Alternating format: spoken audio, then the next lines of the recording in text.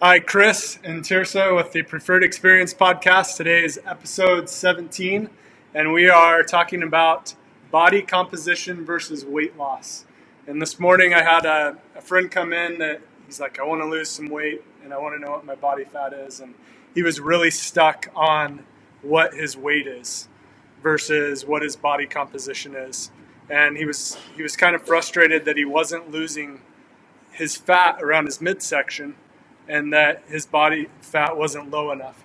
He was kind of frustrated about that. So we were teaching him about body composition versus weight loss. So why would somebody care about their body composition? So I work with a lot of people that tell me initially that they want to be a certain weight. So they say, I want to lose 20 pounds or I want to be pre-baby weight or something like that. And I think that especially as women, I know personally that used to be the way I thought, and I felt like I needed to weigh a certain number in order to be happy, in order to fit into my clothes correctly. And even after I started CrossFitting, the first few years, I still struggled with why I weighed a certain amount. And that first year of CrossFit, I put on about 7 pounds, but I hadn't really changed my clothes. My clothes all fit, fairly similar. I didn't feel like I had gotten more fat. I just weighed more. And that was very mentally challenging for me to get over that number on the scale.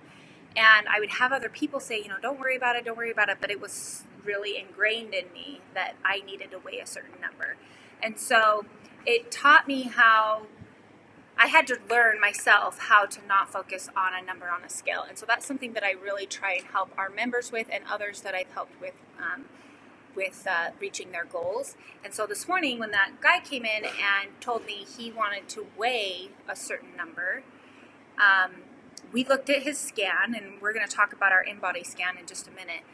We looked at his scan and we looked at where his weight was and where his body fat was and where his muscle mass was. And that's something that we do in here is we focus more on those three things because it doesn't really matter what you weigh. It matters more how much muscle mass you have and how much fat mass you have. And I'm trying to teach our members that, and a lot of them are really starting to understand that. So we have something here called an Inbody scanner, and the Inbody scanner tells us where how much muscle mass we have, how much fat mass we have, and how much water weight we have. And by knowing those things, it helps us to be able to make progress and to see progress in a different way rather than just looking at the scale. The scale is just one indication of progress, and it's not even a very good indicator of progress. So what we really like to do is put people on our scanner, and that's what we do. In the first week of their membership, they come in and they're scanned on our Inbody scanner, and it prints out a page that looks like this. And we're going to go over this today so you guys can understand what this means and what the progress on the scan means. Those that are listening to this on the podcast, if you go to our Facebook, Instagram, or YouTube page, you can see the sheet, or you can go to Inbody USA and you can see the sheets too. Yeah. So we put them on the scanner, and I'm going to use one of our members as an example today. Recently, I worked with our member Courtney Brown, and she just finished my 12-week nutrition program. And we had set a goal for her earlier right when we first started. We had a specific body fat percentage goal that we were looking for. And that's something that I try not to set a weight goal, because there's times where, like I said, for myself, my weight is high, but it was because my muscle mass has increased, not because my fat mass has increased. And this is actually my scan. And what's cool about this is along the bottom, I can see all my previous scans. So it compares previous scans, and I can see when muscle mass was high, when fat mass was low, or the other way around. Also how my weight has changed over the course of, I've done, 8 or 10 scans. So it's really cool to see the progress in that way. So Courtney had a specific goal in mind for her body fat, and we were focusing on that. And we were getting close to the end of her 12 weeks, and she hadn't felt like she had made much progress because her weight hadn't changed much, maybe 3 pounds. And so she was frustrated, but her measurements were changing. But her weight was still about, 3 pounds, maybe 4 pounds. And so we scanned her this morning, and it was just such a testament of why we don't care about what the scale says. Because she had put on 4 pounds of muscle, and she had dropped 3% since her previous scan, which was 6 weeks ago. That's huge. So congrats, Courtney. That's really great. And her goal was to be under a certain percentage, and she got it. And she was so happy. That's awesome. Because it showed her that she did make progress, even though her scale wasn't moving. And hopefully that helps her to really pay attention to not what the scale says, but how her clothes are fitting, how her measurements are coming along, and then setting scans in the future so that she can continue to see the progress that she's making. Mm-hmm.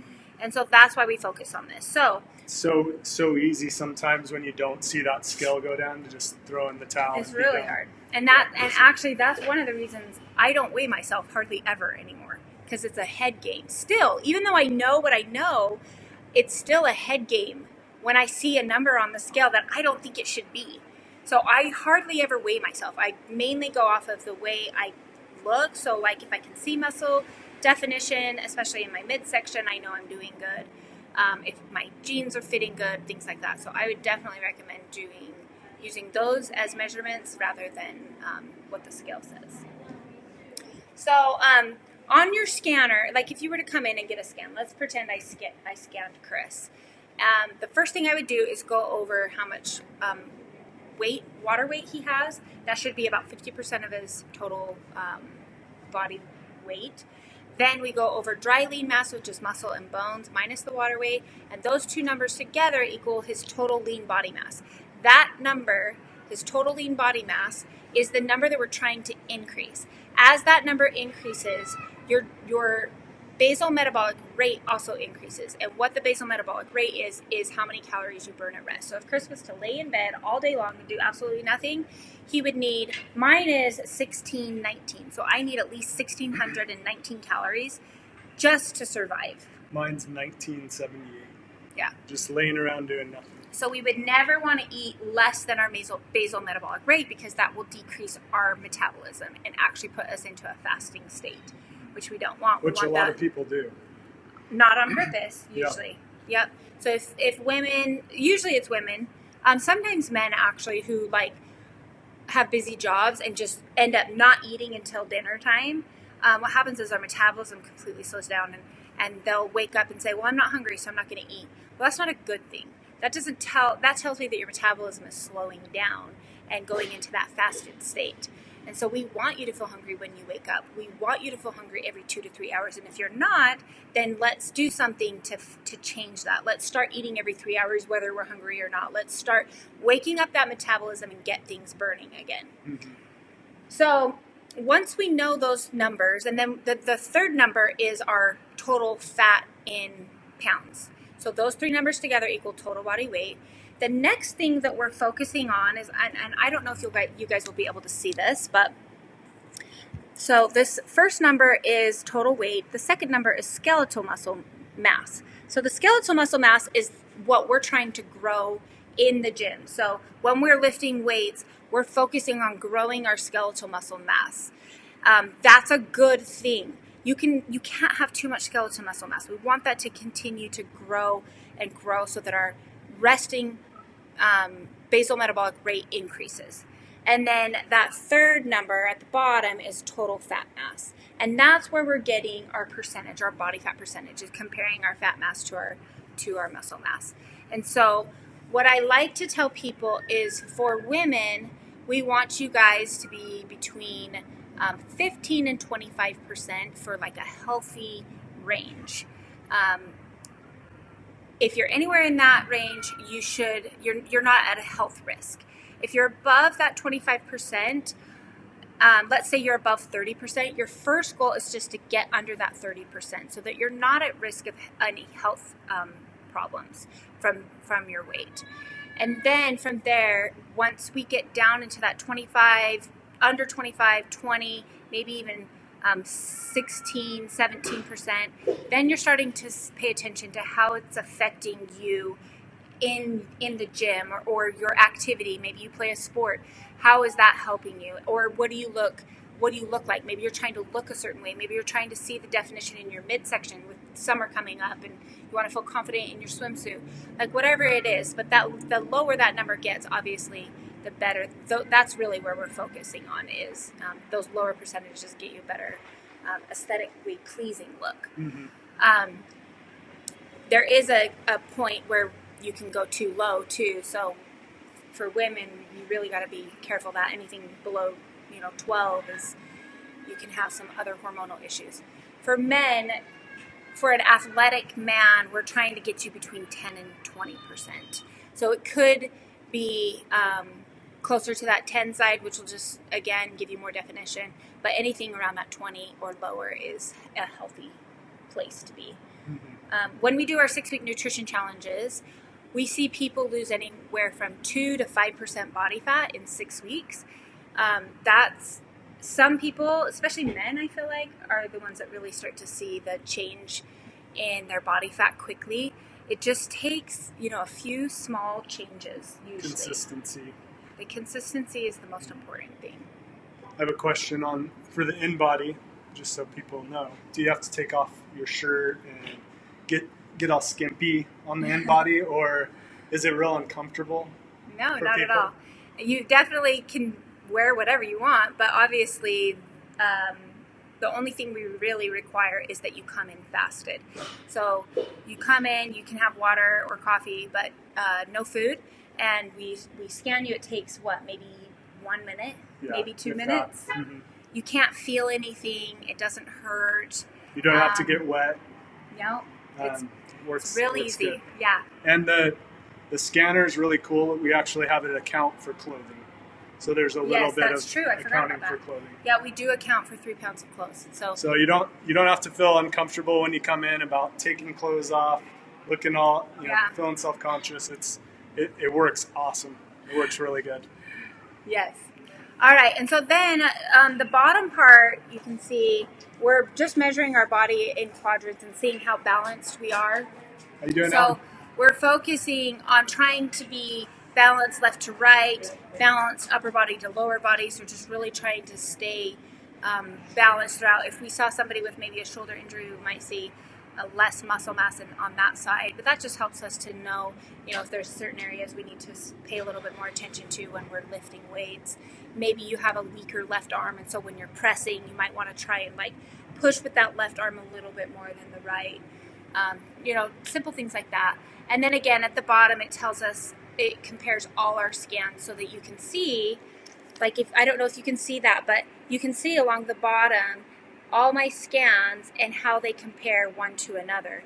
So, and it also dates it as well. So I can see, okay, last January, things weren't going so great, but 3 months later, they were good, Mm-hmm. So I can actually see this last January from the January before. So it helps me to feel pretty motivated. I feel like this has been something that's motivated me the most. Yeah. It's just scheduling scans and having them put in there. The last time I scanned was right before a race that I had been training really hard for. We were going to do a Spartan race that had right it was a when half all marathon. The craziness started.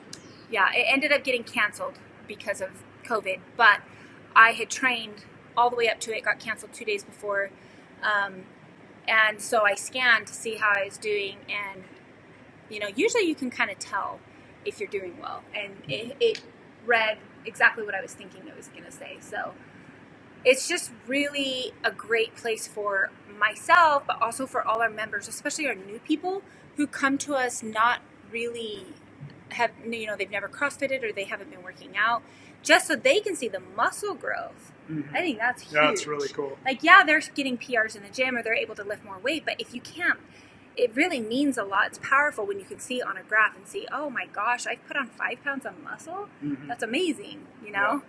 So we love the Inbody. When we do our nutrition challenge, we start with one and we end with one. And we don't even, our challenge doesn't focus on weight. It focuses on fat loss and muscle growth. So that's how we measure progress, is fat loss and muscle growth. Because, you can lose 15 pounds in a month, but how much of that is muscle? We want to really just focus on the fat. Yeah. Do we just use the Inbody for people at the gym or other people? Yeah, anybody can come in. We've had a lot of people come in and do the scan. Anytime you want, we do sell packages of it for 3 scans for $99, or we do 1 scan for $39. It has a consultation with myself, and I think it's one of the best things that we've done here at CrossFit Preferred. Yeah, it's really helped. It's brought a lot of awareness to our members, for sure. Yeah. Yeah. Thanks for answering all those questions and for telling us more about it. If you guys ever want to scan or talk to me more about nutrition, my nutrition program, or any of the 6-week challenges that we do, I'm happy to talk to you. We're going to run another 6-week challenge soon. I don't have a date yet, but it's been cooking in my mind, so be listening for that. Anybody's welcome. You don't have to be a member of CrossFit Preferred to participate. It's an awesome way to be accountable and to start working on some things that will move you in the right direction without being too strict. We're focusing on those daily habits and really changing a lot, making your lifestyle different. Yeah. Yeah, it makes a huge difference in your everyday life, in the gym. Helps build confidence. It's really good. So thanks for teaching us about it today. It's fun. Thanks a lot. We're so excited. We're back open again. So this is our first week back, and it feels great. It's just been so fun seeing everybody and working out with everyone and cranking up the music. We couldn't do that on our Zoom calls. It's so much more fun. So we're super excited. Thanks everyone for sticking with us and being a part of the gym. You're what makes it awesome. You all make it awesome. So thanks a lot. All right. We'll see you guys later. See you.